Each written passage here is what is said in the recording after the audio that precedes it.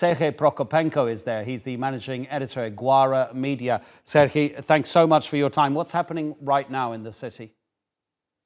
So situation now in city is much better than maybe 1 month ago when we were talking last time. The 1 week ago, metro station started to work and metro trains started to operate. There is activity to replace people who were living in the metro to the temporary apartment or the apartment that could be rent for them and provide for them some temporary shelter in the more or less secure areas of the city. Local business is also trying to run some activities to restore its operation. We see that much of the coffee shops, small restaurants, small business is trying to come back in Kharkiv to continue some economy operations or some processes.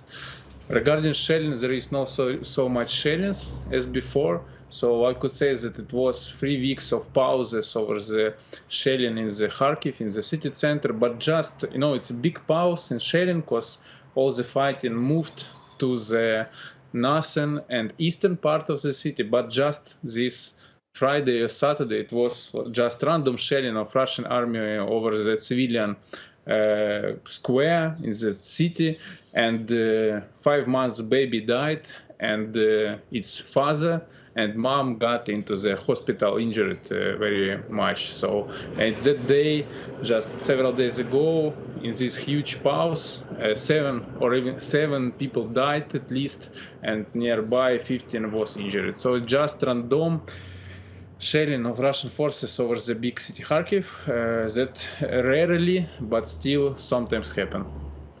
Serhii, I'm surprised that you remember speaking to me a month ago, because I was going to ask you about that, about how your life has changed over those past 4 weeks since you and I spoke, but you've answered that already.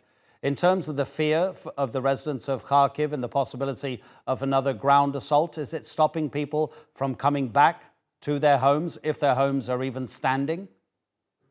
Situation is difficult because really some people are starting to come back. It's normal situation because when you are replaced to abroad or to another region from your home where you were living all your life, it's difficult for people and they're trying to come back.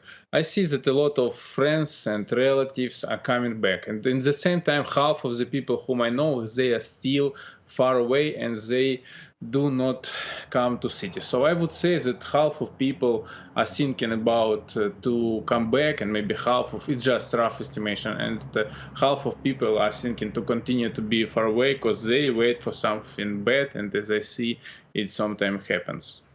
When you speak to your friends, and even your own personal opinion, how do you feel about the idea if Ukraine were to give up some territory in return for peace? It's impossible. So basically, our opportunity to stay in peace is to win in this war. Why? This is because we were in peace, and there's just some neighbor country come to us, claims that we are Nazi or whatever they can imagine is their sick head, and they are killing people.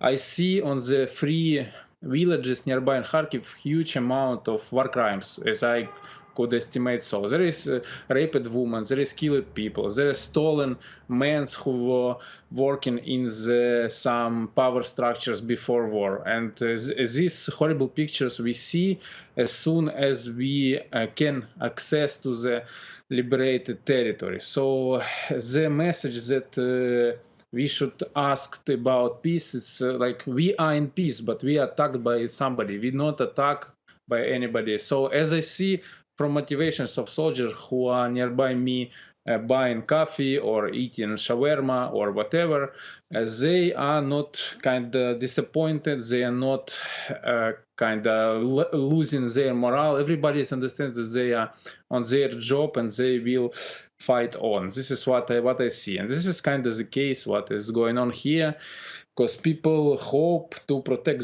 our second generation. So if we lose now, if we would not able to defend ourselves now, so even if it would be some pause of peaceful kind of agreement, they will come in 5 3 years and kill us all. This is like what's happening in Ukraine now.